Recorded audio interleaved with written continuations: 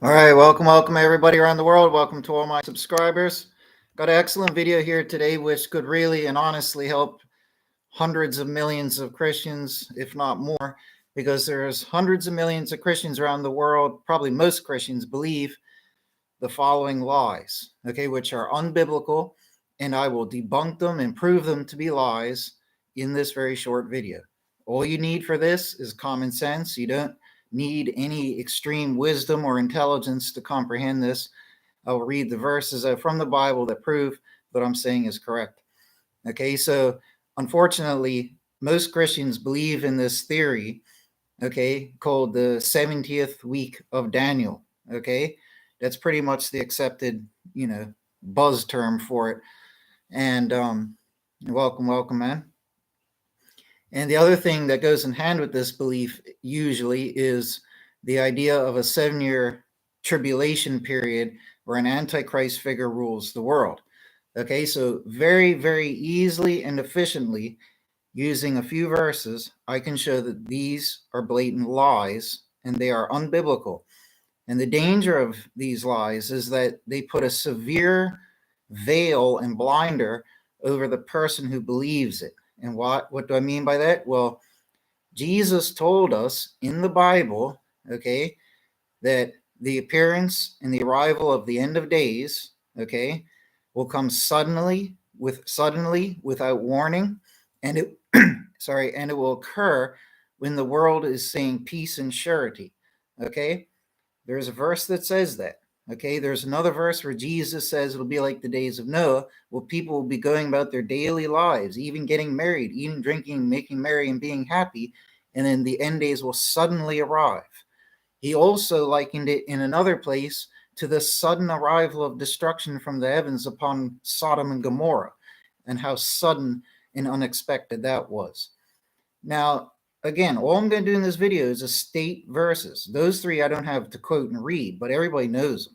Okay, but I have a little short list of verses here to read. All I need to do is read the verses. All you need to do is to listen and apply common sense. And I think even little children could understand the sweet simplicity of what the Bible actually tells us. Okay, and what we could see is that the 70th week of Daniel theory, okay, which strangely Christians have still used. Well, I think they use that 70-week theory to just apply it to any of the given current years. Like, it doesn't even matter what decade it's in. Christians have always said, oh, the 70th week of Daniel, and then claim that it's going to happen in the current year. Whereas, even though I say 2024 is the end of days, I actually, unlike most people, have gotten a published book, okay, available on Amazon, most importantly, where I've gone through 7 pillars of scriptural proof. There are 7 prophecies in the Bible that are about periods of time that have numbers from God ascribed to them on how long the periods of time are. I examined these 7 prophecies. These are stellar, incredible, earth-shattering discoveries that deserve to go down in the record books. Okay, and it's all right there. The proof, the verses, everything on the pages. You'll see yourself that there is overwhelming biblical evidence, proof that it will happen it was either going to be 2023 or 2024, based on very valid reasons that go through in the book. Okay, these are real reasons why the end will be coming in 2024. 7 different biblical prophecies, okay, about the end of days, and they're overwhelming, they're incredible, the depth, okay, the absolute depth of proof in those 7 prophecies is unquestionable. Okay, that's real proof. You can get my book on Amazon. It's $11.11, 1111, hence the Rapture. Okay, that's real proof. But like I said, hundreds of millions, and that proof needs to be heard and appreciated. And okay, the world needs to hear that. There's 2.5 billion Christians on the planet. There's no reason why people can't be getting the book, studying the book, and sharing it with their churches, okay, and getting the people ready, right? But the problem is that Satan has deceived the world of Christianity by causing them to believe in a few certain myths, these lies, one of which is the 70th week of Daniel theory, which Christians have always stumbled by. They always use it to try and claim, oh, the end is going to be this time and that time, okay? And I will destroy and debunk that theory very quickly and efficiently with a few Bible verses and some common sense. Okay, and the other thing, like I said, is the myth of a 7-year tribulation under a global Antichrist system. Okay, these are two very dangerous myths that have poisoned the mind. And the third one that goes along with this is that Christians, for some reason, think that Rome was the final beast kingdom or is the final beast kingdom. And all these three myths have a part together. And the problem is that Christians aren't going to be prepared when the end comes. Why? Because you're not actually going to get 7 years under an Antichrist system. The Antichrist already had his time. I'll get into that briefly in the video here. But there is not going to be a 7-year period at the end of days where an Antichrist is ruling the world. Okay? Now, common sense proof of this is the three statements that I already mentioned, where the destruction and the arrival of the end of days in Jesus is going to be so sudden and unexpected. People are going to be living like the days of Noah, living their daily lives. It's going to be like the sudden destruction upon Sodom and Gomorrah. It's going to be when the earth is saying peace and surety, and then Jesus said, yet there will be sudden destruction. From these three statements, which are all from Jesus's mouth, if I'm not mistaken, we can see common sense is all that's needed to understand that we're not going to get a 7-year period of Antichrist global rule, which is obviously going to make it very, very obvious that the end of days are imminent. I mean, if it was true that there's going to be 7 years of an Antichrist ruling the world and 666 system and all this, and Christians are being oppressed and put to death and so forth, if that's so true, it would be abundantly obvious when it's going to happen. And people wouldn't be saying peace and surety, would they? People wouldn't be getting married and eating and drinking and enjoying their daily lives like the times of Noah, would they? No, they can't. It's illogical. You just need common sense to see that that's one clue there. Okay? Now, the next thing, let's start with the 70th week of Daniel theory. Okay? Let's dismantle that one first. This is from Daniel chapter 9. Okay, to spare 15 minutes reading the whole chapter out, the gist of it is that Daniel was sitting there thinking about the prophecy of Jeremiah about the 70 weeks. This is what the text says. God sent an angel to Daniel to tell Daniel, hey, Daniel, it's not 70 weeks, it's 70 weeks of years. Blah, blah, blah. It actually equals 490 years. That's the true length of time. And the angel reveals to Daniel that excuse me, the angel reveals to Daniel that the start of that measure is to be taken from when the decree to rebuild Jerusalem, both street and wall, occurs. Now, even the King Cyrus of the Medes and Persians, even though King Cyrus of the Medes and Persians got the temple partially rebuilt a little earlier on, the scripture says both street and wall. Now, Cyrus's decree, you can go look this up yourself, did not historically include street and wall. The Bible and history agree here, okay? The king whose decree was to rebuild Jerusalem, both street and wall, because it doesn't say temple, was King Artaxerxes. I think it was Artaxerxes II or whatever, but it's King Artaxerxes. Now, history affirms that the only year in which this decree went forth from Artaxerxes was 457 BC. It cannot fluctuate up or down even a year, according to historians. So, and Artaxerxes is mentioned in the Bible. His decree to rebuild street and wall, Jerusalem, both street and wall, is in the Bible. Okay, it's all there. And that decree went out in 457 BC. Okay, now, God told Daniel through the angel that the Messiah would arrive at some point, but then be cut off and die just 483 years from that point. Okay, so all you need to do is simple arithmetic. 457 BC plus 483 years gives you the year in which Messiah would have died, which is 26 AD. You can't fluctuate that. You can't change history and alter it to be what you want to be. But even still, the year that Messiah died is irrelevant in what I'm talking about here, in the context of what I'm talking about. It really doesn't matter because it is utterly irrelevant. But that is the year that he died in. But nonetheless, the fact is that 483 years out of the 490 leaves 1 week remaining. Okay, this is the final week of Daniel, or the 70th week of Daniel, that all these Christians try to tout in their false theories. Okay, but here's, like I said, all you need is common sense. Even a little child could understand what I'm about to say. Now, if you had 10 apples, okay, and they go 1, 2, 3, 4, we'll make it like a children's show. 1 apple, 2 apple, 3 apple, 4 apple. You have a lineup of 10 apples, right? When you get to the 9th apple, what happens? You got one more apple afterwards, right? And they're all in a row. 1, 2, 3, 4, 5, 6, 7, 8, 9, 10. It's the same with numbers in general. You have numbers 1 through 10. What happens? 10 comes after 9, right? They go in order, one after the other. Okay, that's how reality works. It's common sense. Okay, now if someone was to tell you, especially God, if God was to say, hey, in 10 minutes, okay, the sun will go behind some clouds or whatever, right? Or in 10 minutes, a magical tree will grow out of the ground in front of you. Then you know that at the 10th minute, the thing will happen. So 1 minute, 2 minutes, 3 minutes, 4 minutes, 5, 6, 7, 8, 9 minutes go by. What do you think is going to happen in the 10th minute? In the 10th minute is when the thing happens, right? Because numbers in order go one after the other. This is elementary baby blocks for everybody, right? So when God tells Daniel that there's a period of 490 years, that means it goes 1, 2, 3, 4, 5, 6, 7, 8, all the way up to 483, 84, 85, 86, 87, 88, 89, and 490. Because, like reality works, numbers go one after the other. If God tells you you have 10 minutes until something happens, then you have 10 minutes. And each of those 10 minutes go one after the other. That's what makes it 10 minutes. If God tells you that there's 490 years, then it's going to be 490 years. Okay, one after the other. Okay, if Messiah dies in the 483rd, then that means the year after that would be 484th and so forth until you get the 490th.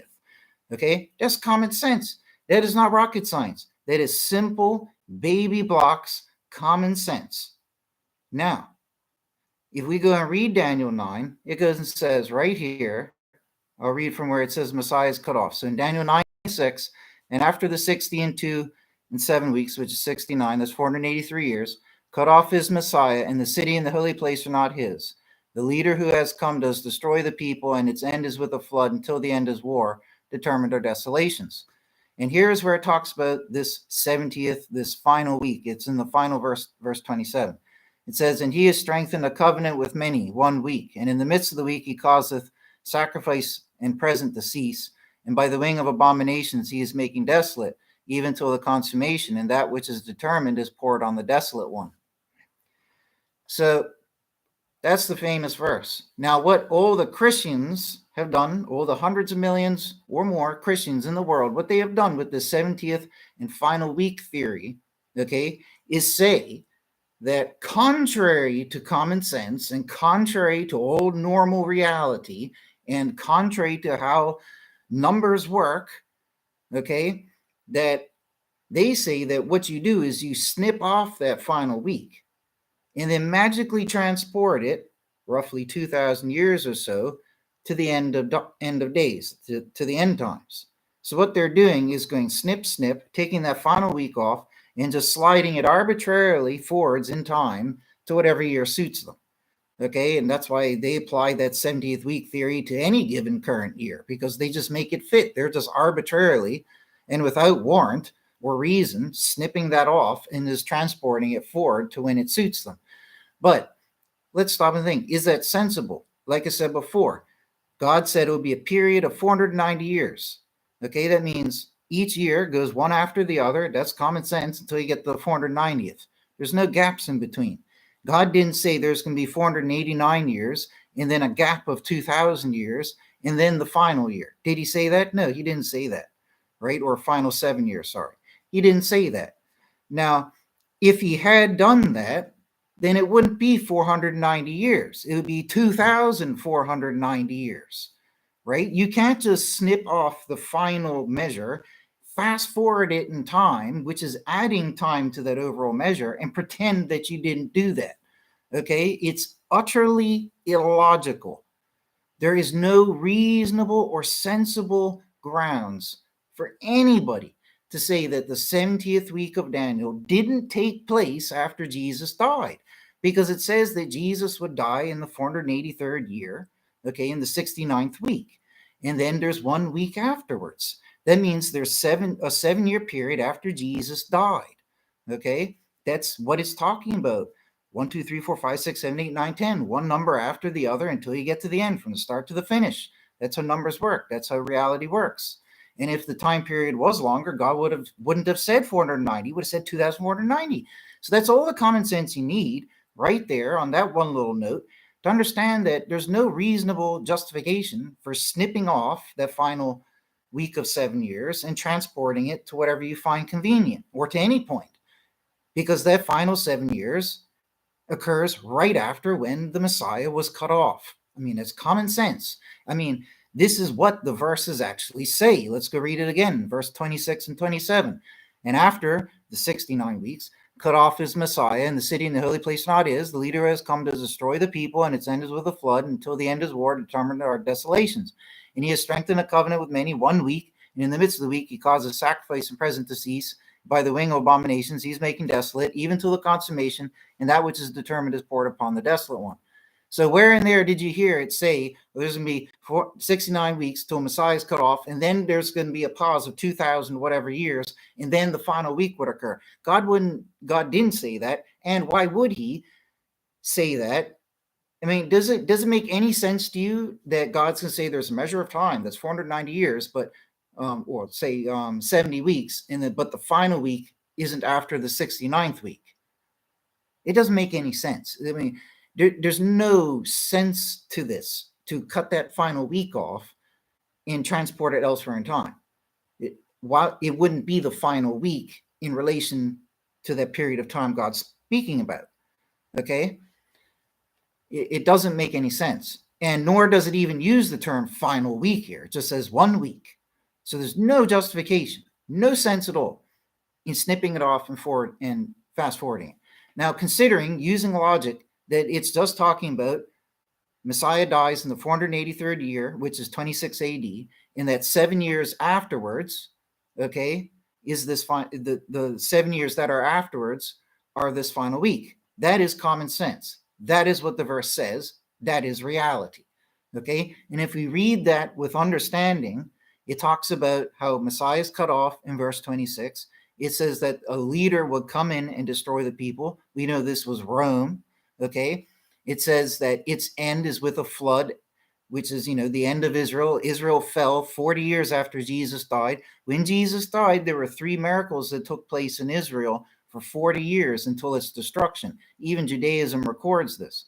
Okay, the wool, the woolen thread that was put on the goat on the Day of Atonement would start off red, but it would turn white if God approved of their, and forgave them for their sins. However, for 40 years, it refused to turn white and it stayed red. That was an omen. Another omen from God was that the doors to the temple kept opening and shutting by themselves. That's the holy place. It's supposed to say, that's the sacred precinct that's supposed to stay shut, but they would open and shut. Again, that's an omen from God.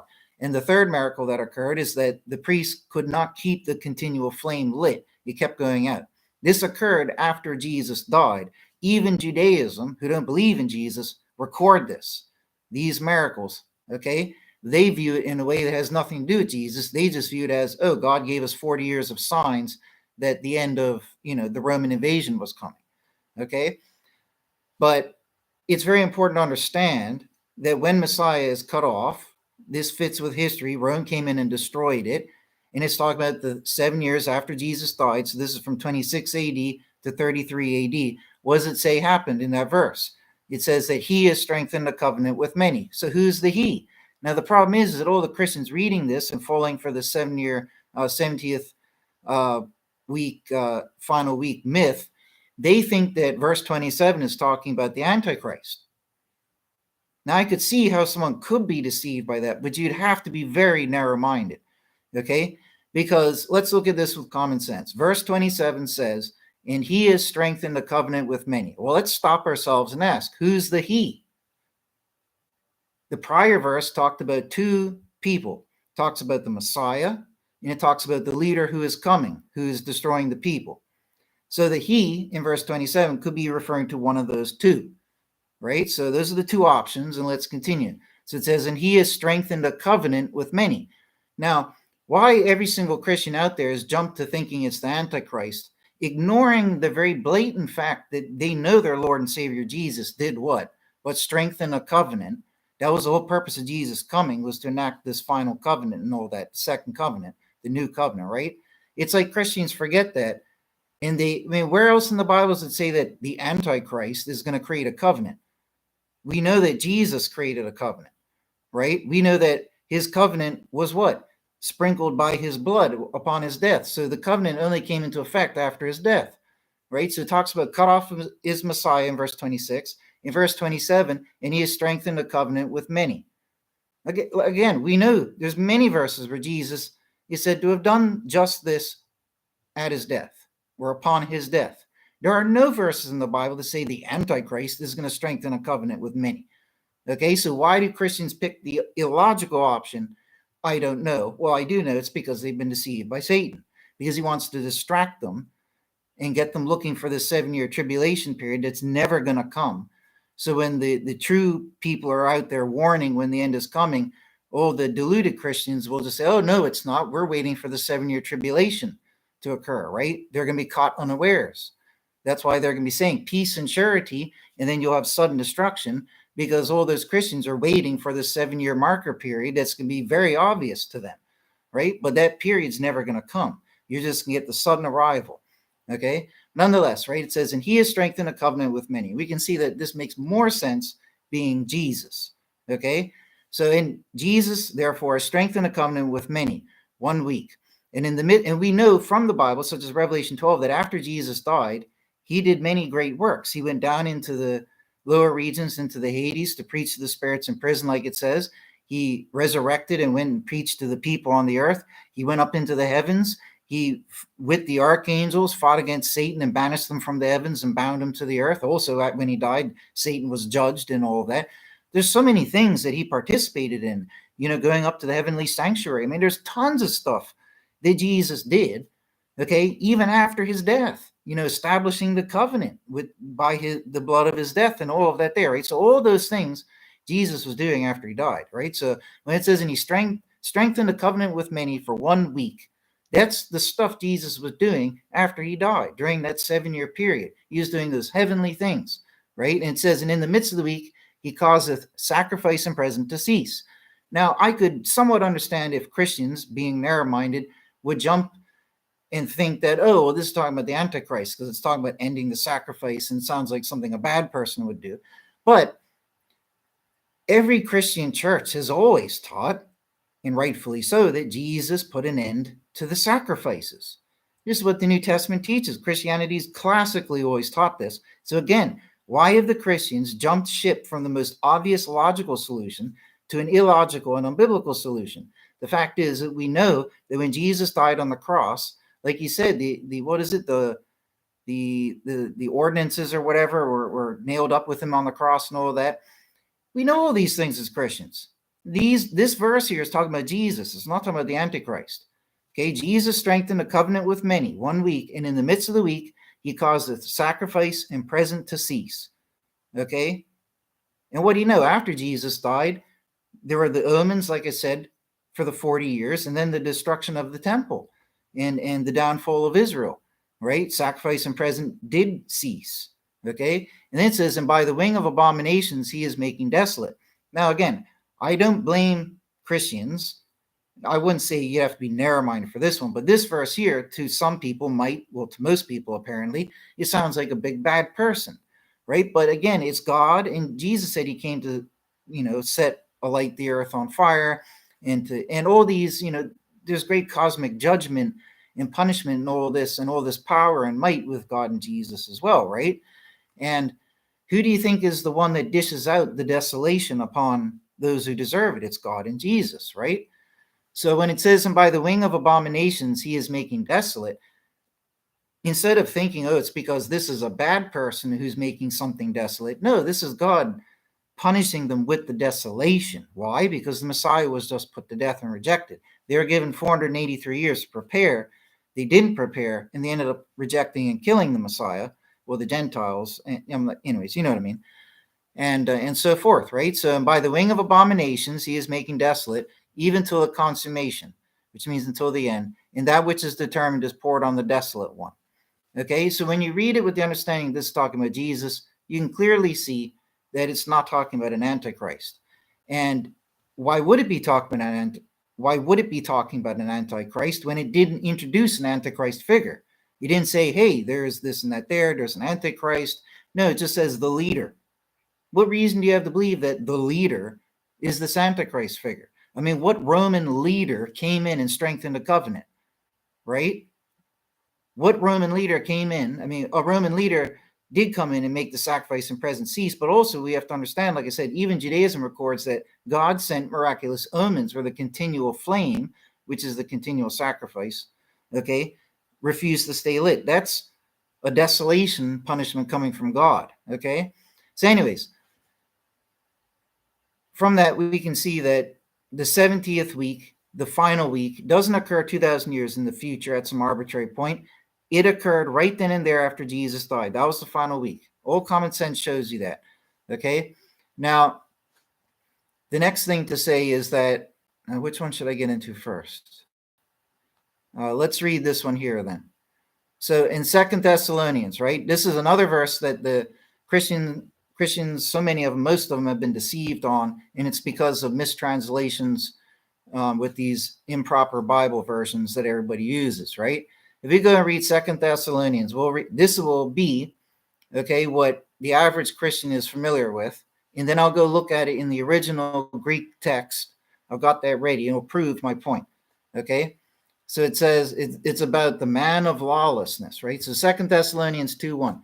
And we ask you, and the Christians use this chapter here, this passage, as some type of proof, even though it's not. It's completely bogus. They use this as proof that there's going to be a period of time with an Antichrist ruling the world, okay? And that it will happen before the arrival of Jesus.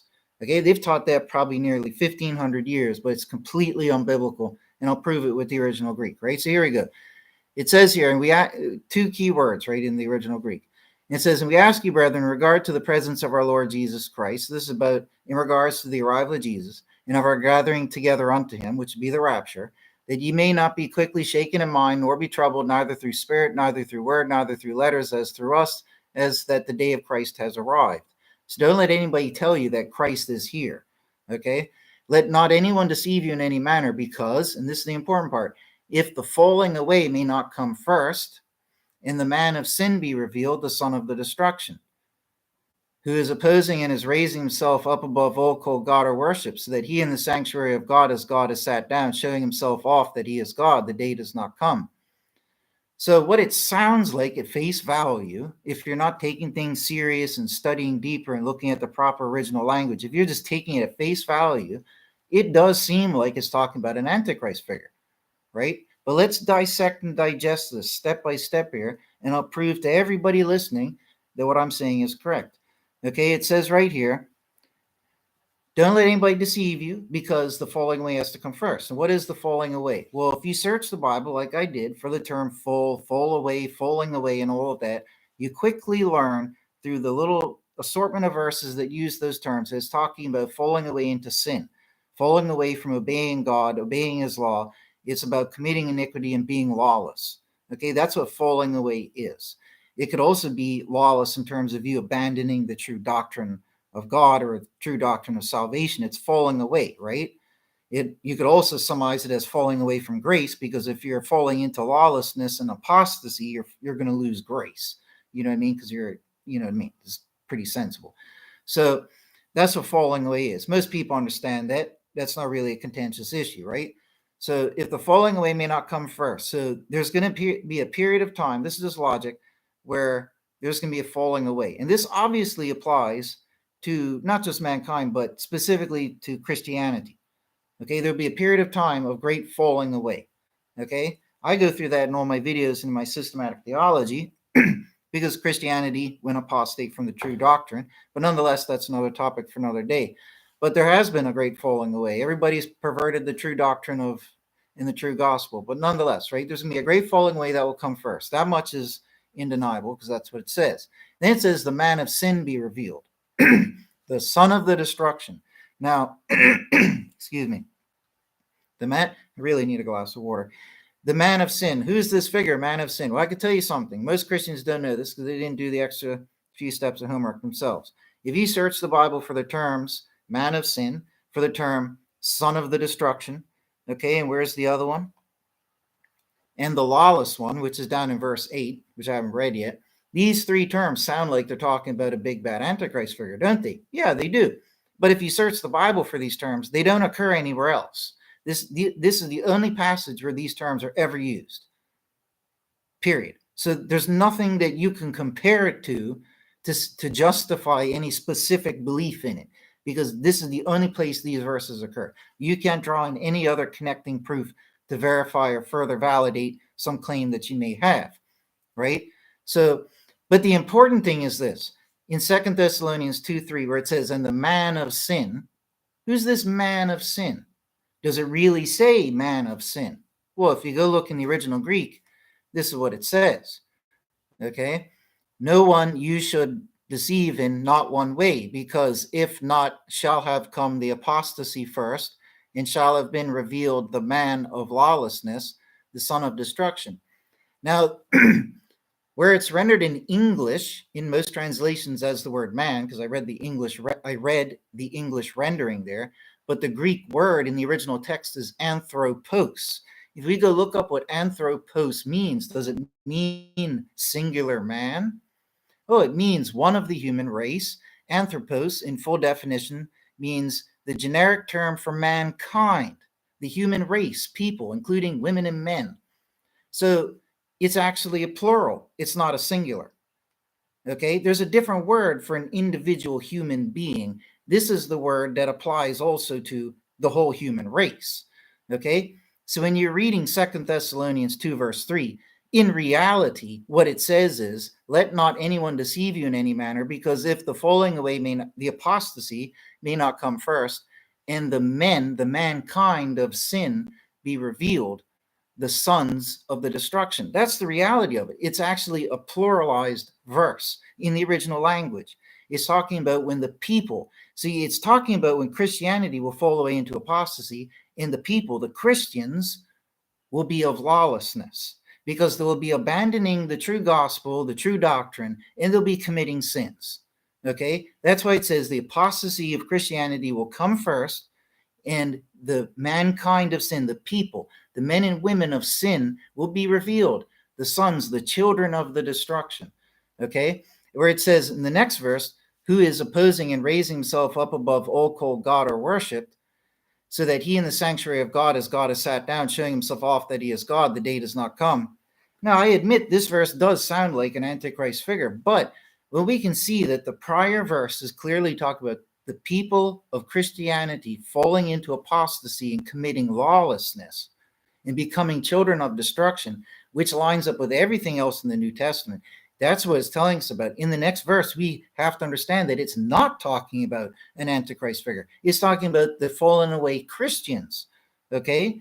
And if you understand that, what it says, therefore, is these fallen away Christians who are committing lawlessness are opposing and raising up themselves above God. How would they be doing that? Well, God is the judge. He's the creator. He said, I have a law. You shouldn't sin. You should stop sinning and blah, blah, blah, all of that there. And you shouldn't be lawless. We heard in Matthew 7, Jesus will turn away the Christians who were doing sins and lawlessness. This is what he tells us he will do at the judgment day, right? But if you as a Christian has fallen so far away from the true gospel, into all this apostasy that all the denominations are guilty of, where you feel that you can commit sins and that you don't have to stop doing them because Jesus will justify you even if you do sins, you're calling yourself a Christian but committing sin. There's various other ways where they've fallen into apostasy and committed lawlessness also. That's just one example and illustration. But nonetheless, it's talking about sinning Christians, right, who aren't doing the right thing. I mean, everybody's a sinner, but these are ones who call themselves Christian and continue to sin and think that they're still justified, right? And in doing so, you're raising yourself up above the judge. If the judge has decreed you to be a sinner and unworthy, but you consider yourself through self-righteousness as worthy, and you're going to get salvation because your church doctrine tells you so, you're raising yourself up above the judge, Okay? And you're putting yourself as if you were in the sanctuary of God, as God sitting down on his throne, which would be the judgment throne. Okay? So that's poetic talk, where it's saying that you're rising yourself up above all called God or worship. You're sitting in the sanctuary of God as God is sat down, showing himself off that he is God. The day does not come. Okay? Now, there's been many pagan rulers who have pretended to be an incarnation of God or be God himself and so forth. You could cherry pick and take a pick on who you think is who. But I could tell you one thing. It's not talking about a singular figure here. It's talking about Christianity. The Greek terms were plural. They're not singular. There's no argument here. Okay? It's talking about sinning Christians who have fallen away into apostasy. It's not talking about an Antichrist figure, period. Okay? And then in verse 6 onwards, right? And now what is keeping down you have known, for his being revealed in his own time. For the secret of lawlessness does already work. So there you go, the lawlessness. Only he who is keeping down now will hinder till he may be out of the way. And then shall be revealed the lawless one. Now again, here's another case. This is verse 8. Does it really say lawless one in the actual Greek? In the English rendering, in most Bibles, it will say one. What does verse 8 actually say? So let's go back to there. 2 Thessalonians verse 8.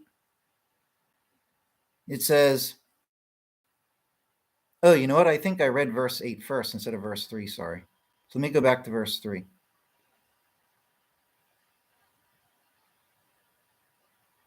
No, I did do the right thing. Okay, yeah. So if you go back to verse 8, then it was anthropos in verse 3, yeah, which is plural. And then in verse 8, it says, and in the Greek rendered to English, and then will be revealed a lawless, whom the Lord Jesus will slay with the breath of the mouth of him. It just says, and will be revealed the lawless. It doesn't say lawless one. The word one is inserted in brackets. Brackets mean that that word is not actually in the Greek text. So the word one, which makes it singular, isn't even in the Greek text. Okay, and lawless here, the Greek term for it is anomos. And if we go look up the definition, it means lawless. Okay, so there you go. So that's where, for whoever did this type of alteration, I'll never understand why, unless it was satanic deception, right?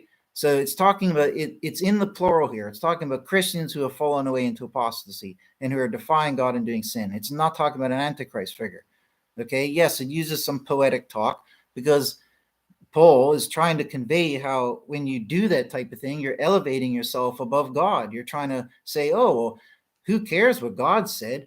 I'm righteous. I'm going to get into heaven, even though you're doing lawlessness, right? That's putting yourself above God, right? So anyways, but in verse 8 is where it says, and then shall be revealed the lawless. There's no one. Okay? Then shall be revealed the lawless. Okay? Which, in all fairness, is plural. The lawless. Because if it was singular, it would actually say lawless one. But it says shall be revealed the lawless, which is all the Christians who have fallen into apostasy. Okay? And also in general, the rest of the world, don't get me wrong. Whom the Lord shall consume with the spirit of his mouth, and shall destroy with the manifestation of his presence. That goes back to Matthew 7, where at the judgment day, Christians will come up to Jesus and he will turn them away and send them to hell and destruction and punishment because they are committing lawlessness, just like Jesus says in Matthew 7.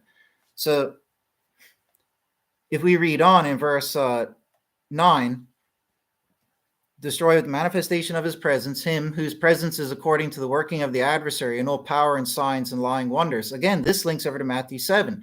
This is talking about Christians who are actually apostate Christians following an apostate Christian doctrine, but yet they're still doing works and wonders and miracles and deceiving their followers. There's lots of churches that do this. And what does Jesus say in Matthew 7? That the Christians at the judgment day who are going to be turned away, they come up to Jesus and say, Lord, we've done miracles in your name. We've healed people. I think it might even say we've raised the dead. And Jesus says, be gone from me. I don't know you, you workers of lawlessness. The same term that Paul's using here, where the people, the Christians, become lawless ones. Okay? And Jesus and the Lord will destroy them. The Lord will destroy them with the manifestation of his presence. Okay? But yet these ones were working powers and signs and lying wonders. And why? To deceive their followers. They themselves may have been, or probably been deceived by Satan. That's the problem, right?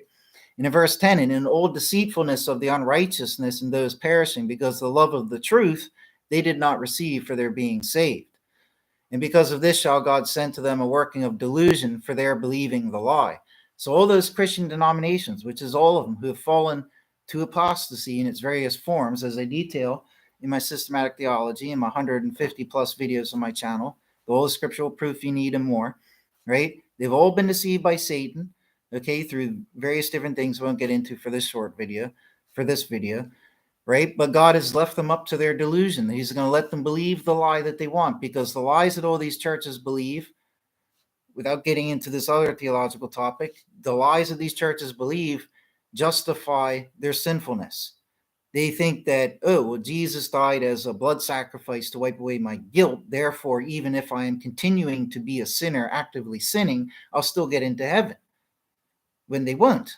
You have to reform from sin in order to be saved, but they've all been deceived. They all believe in this carnal blood human sacrifice, which is allegedly going to magically atone them.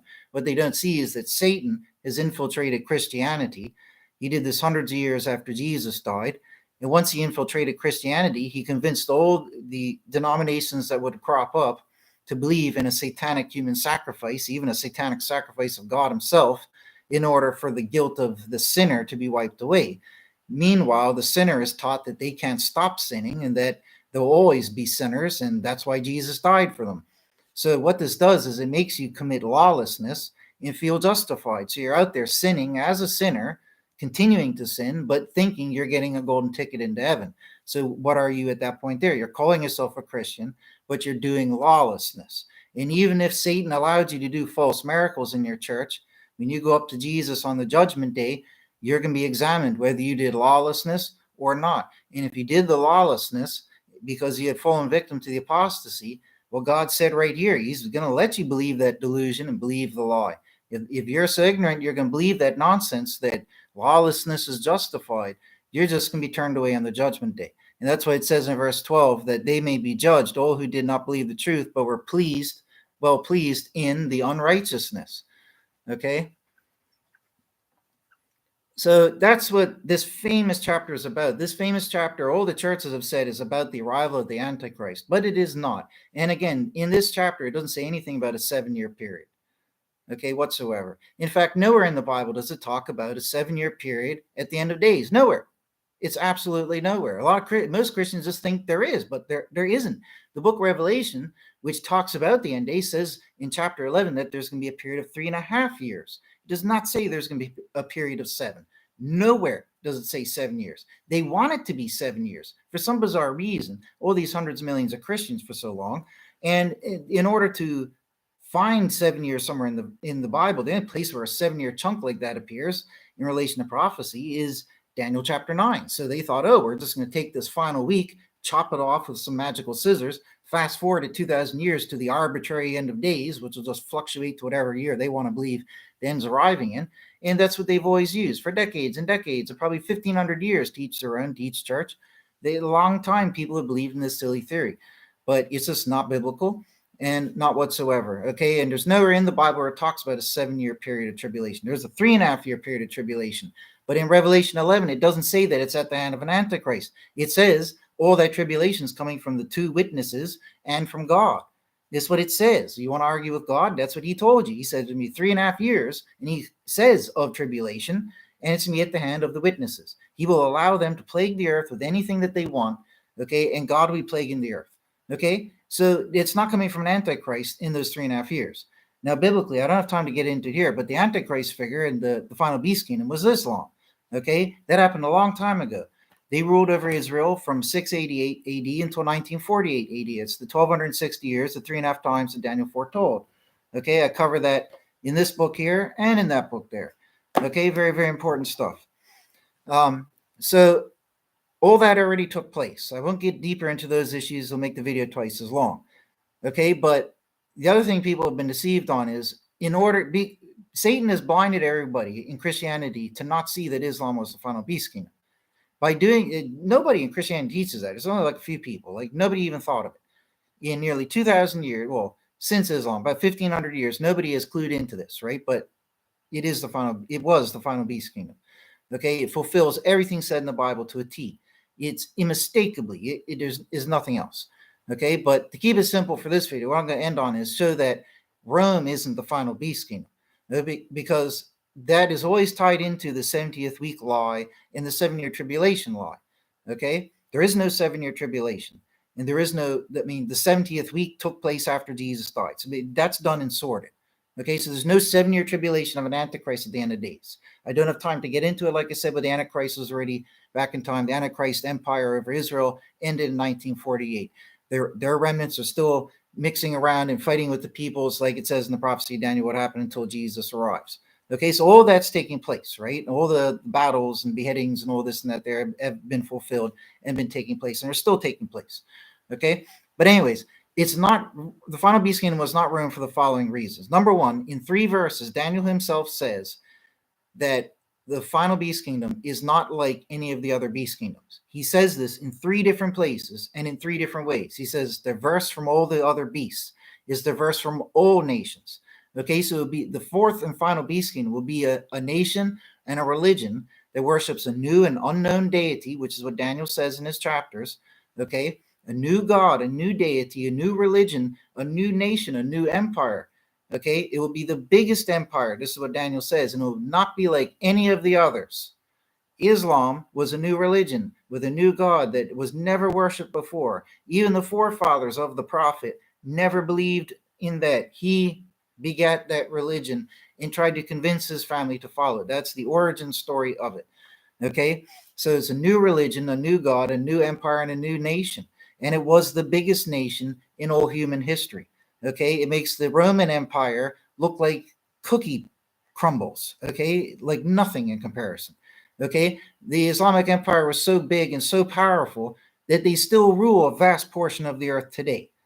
Okay, Africa, the Middle East, okay, Western Asia, okay, it's undeniable. But anyways, it's not Rome for the following logical reasons. I could go on hours of debate on this, but to keep it simple and sweet, number one, something Jesus said. If we look at the fact that Jesus was born in the days of the Roman Empire, when Rome ruled over Israel, okay, Jesus was put to death by Rome.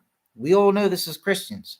Jesus had full opportunity, to say that, hey, Rome, this current empire is the final beast kingdom. He never said that.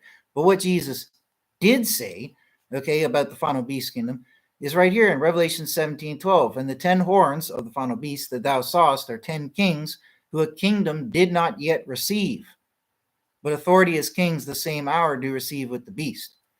So Jesus says that the 10 horns of the beast kingdom, the kings of the final beast kingdom, the first 10 kings, don't have their kingdom yet. Rome existed as a kingdom. Like, it existed as Rome like 1,000 years before Jesus, but it ruled over Israel like 100 years or whatever before Jesus. Obviously, Rome wasn't the final beast kingdom. Otherwise, Jesus doesn't know what he's talking about, right? So, I mean, if you call yourself a Christian, you have to believe Jesus, and Jesus said that Rome isn't the final beast kingdom. Okay, it's not. Okay, and again, Rome as an empire died in like 300 or 400 AD. It died out. The German Goths or whoever, the barbarians, came in and ransacked Rome, and others did as well. Rome fell. It ceased to be a nation and an empire and a religion. It all stopped. But yet, hundreds of millions of Christians think that, and I've heard it for 20-something years, my whole life, right? They say, and it always goes along with that 70th week that they magically snip off, they say that, Rome did die back then. When you point it out, they won't mention it until you point it out. And then they're like, oh yeah, Rome did fall, because they don't think about it, right? But it's an extension of Rome, a rebirth of Rome. And then they have all these silly justifications for that, when nothing about that is said in the scripture, okay? So that's one verse right there. We know it's not Rome, okay? The blatant fact that Jesus was born and died in the Roman Empire, right, as well. I mean, considering that, I mean, who in their right mind could say that Rome is the final beast kingdom, okay? Now, on top of that, Islam, it says here in Revelation and in Daniel chapter 7 about the 10 horns of this final beast kingdom. Daniel chapter 7 says that there will be an 11th horn that rises up after the first 10.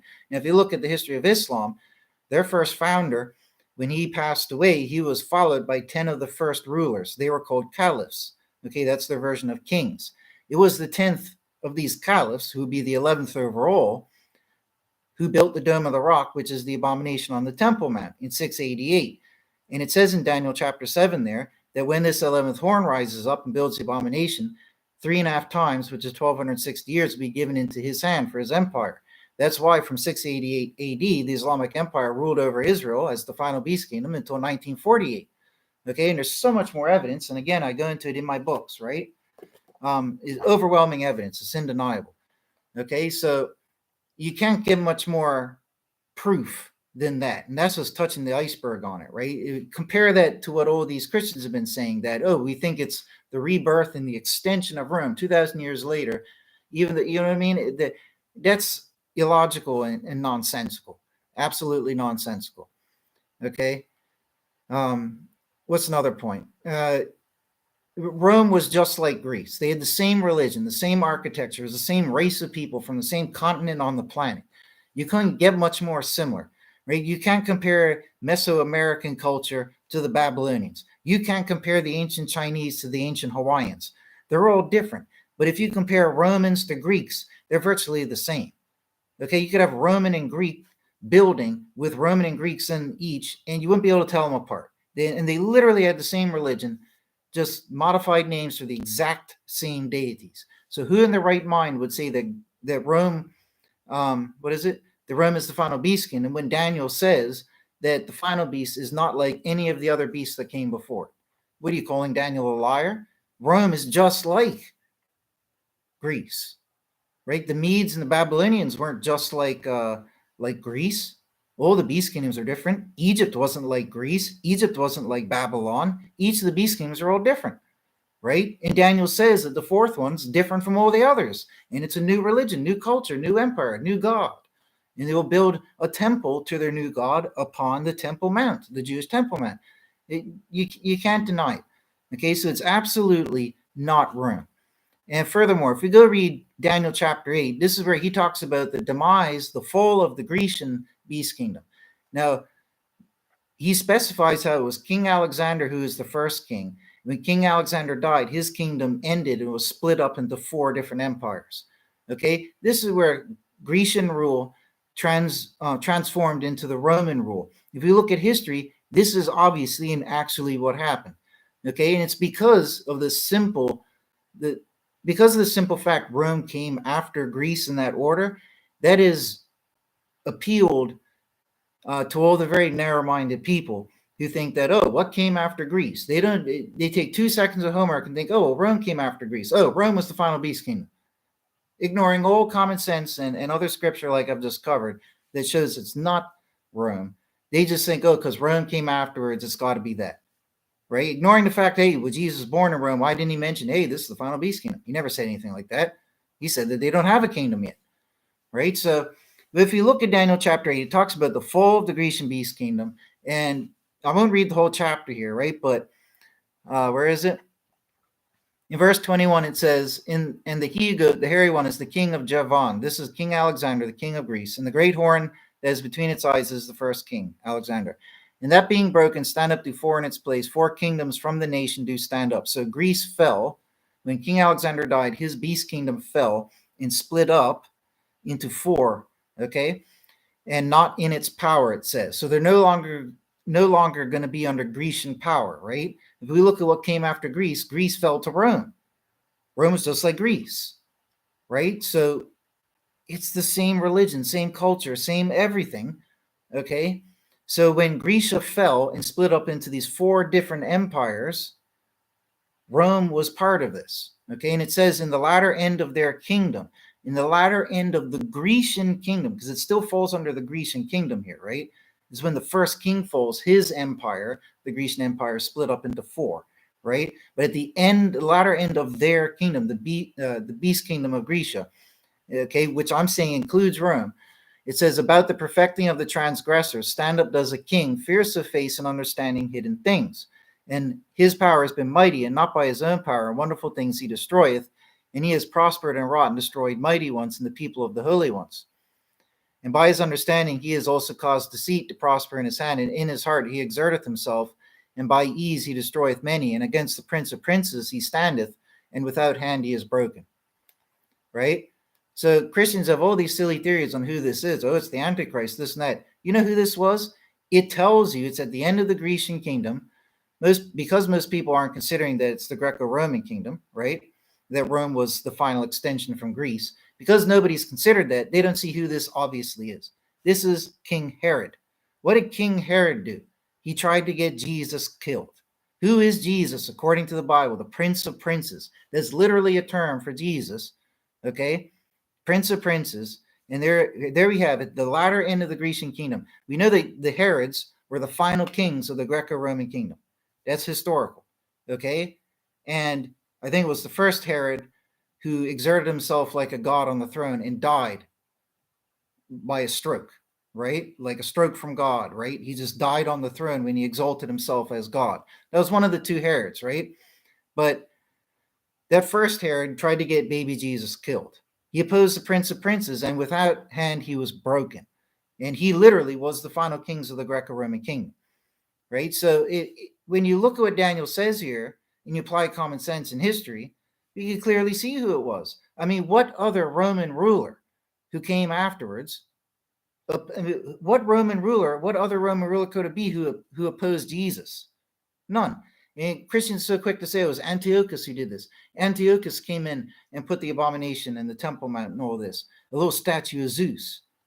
A little statue of Zeus does not compare to when Islam came in, conquered the whole land, subjugated the people, tried to erase the religions, and created a new religion, rewrote the Bible, rewrote the law of God, rewrote everything, okay, and forced it on the people, created a currency with the mark of Bismillah on it, which they wear on their forehead and on the right arm, and it resembles John's 666 that he wrote in Greek, the 600, the 60, and the 6 symbol. All these things came fulfilled. They built the abomination, a new temple to a new God on top of the Temple Mount. That God claims to be the biblical God. I mean, it's 100% what Daniel and John warned us about.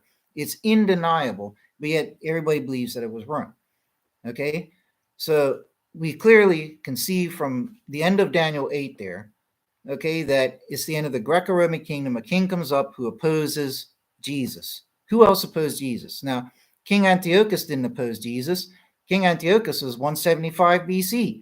Now, if we go look in the New Testament, Jesus warned the people about the abomination of desolation, which was to be built by the final beast kingdom, according to Daniel. Jesus quoted the prophet Daniel, quoted the prophecy of Daniel, referred to the prophet Daniel, and said that when you see the abomination standing where it ought not in the holy place, which is the biblical term for the Temple Mount, when you see this abomination, which was the Dome of the Rock, standing in the holy place, flee for the mountains. Jesus is talking about it being a future event. Jesus was alive on the earth in the 20s AD, making this statement, okay, just before his death in 26 AD, and it's something that's happened in the future. King Antiochus, who put a little statue of Zeus in the temple, that was 175 BC. Were you going to tell me that Jesus was dopey and didn't know what he was talking about and got everything mixed up? Jesus, your Lord and Savior, didn't know what he was talking about? No. If you believe Jesus, your Lord and Savior, Antiochus couldn't have been the Antichrist. Antiochus was irrelevant to everything talked about in Daniel. Okay? Daniel was talking about everything that I just went through, so I don't have to repeat myself again. Okay, so there's no 7-year tribulation at the end of the days. There's only 3.5. And guess what? It's coming to an end now anyways. Okay? The 70th week of Daniel already took place. It took place after Jesus died. That's common sense. Okay? And Rome wasn't the final beast kingdom. The final beast kingdom was Islam. Okay? And still is Islam. All right? So you want further proof, better proof, and all that, go get my 2 books. They're available on Amazon. This one's $11.11. This one's $23. It's like $22.99. You can get both books together for $33. Okay? Well worth the money. That, depending where you live, that's a few sandwiches, a few sodas, or whatever it is. You know what I mean? Instead of wasting your money on some fast food and stuff, go get these books. I mean, this is priceless stuff. The world needs to hear it. Both of these books deserve to go down in the record books. This, the true theology, number 1, okay, and on top of this, the 7 pillars of scriptural proof. I mean, if I'm correct, which it has to be based on the Bible, because it's not my idea, right? I just found what the Bible said in it, right? if it comes to pass this year and only a couple thousand people or whatever have heard my warning, heard the warning that God said, that'd be an utter tragedy, right? That's why for 7 years, since 2016, I've been warning everybody about 2023 and 2024, talking about these prophecies, okay? And I finally got them compiled into a book.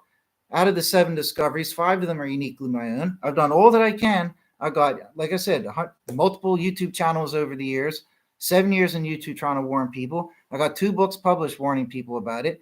You know what I mean? I've done all that I can, 150 plus videos on this one channel. On my other channels, I've got 250 videos, right? But, I've done all that I can, and I keep trying, and I never give up. But people have to get ready. They have to know they've been utterly deceived by Satan to be thinking, oh, there's going to be this final week of Daniel at the end of days, and it's going to initiate the 7 years of tribulation of the Antichrist. That's what everybody's looking for. What they're not looking for is the sudden arrival of Jesus. That's the scriptural thing. The scriptural thing is not the 7-year Antichrist lie. It's that. Okay? Period. So don't say I didn't warn you when it does happen. Okay? It could happen at any point during this year. It might happen right at the end of this year, at the start of 2025. And heck, it might even be 1 or 2 years off because of some weird calendar thing, or maybe God decided to delay it a little bit so that more people could be saved. You know what I mean? I want the end to come, but also I would be really disheartened if only a few thousand people made it or even aware. Like if everybody just got caught unawares, everybody's been so deceived by all the false doctrines and Christianity. You know what I mean? If people don't clue into this, don't have enough time, I don't know what to say. If I could, I'd ask God for another year, right? So that more people could be saved, right? And I'll keep trying every day to warn people, but all you got to do is go to Amazon, get my 2 books there, right? They're international copyright, so you can't photocopy them and give them out, right? And keep in mind they're copyright. It wouldn't be me going after you. It'd be Amazon probably, I'm guessing. I don't know. I'm not a lawyer, right? But what you can do is share your copies. Sharing is free. If you get your copy, you can share it infinitely with all sorts of people. Go share it to your church. Tell your church leader to read the books, okay? Read them over, take them seriously, give them some time. You could read both books in a couple days, and it'll change your life forever. It'll get you ready for the end of days that's coming soon, right? So be like the days of Noah, it'll be like the days of Sodom and Gomorrah. Okay, it'll be peace and surety, and then bam, sudden destruction. Okay, don't say I didn't warn you. It's going to happen soon. You had all those cosmic sounds being heard up in the skies over these last years. A lot more meteors coming crashing down, a lot more volcanoes blowing up, a lot more earthquakes, a lot more diseases, a lot of everything. A lot of UFO sightings, all sorts of crazy stuff going on in the world. Lights up in the sky, crazy stuff going on. Okay, you can't deny it. That's all real. Okay, biblical type wars taking place over in Israel and all that. All these things are happening. So don't say I didn't warn you. Okay, don't say I didn't warn you. Euphrates River drying up, that's a minor point, but still, all these things are coming, are taking place. Do not say I didn't warn you. Okay, that's all I can say.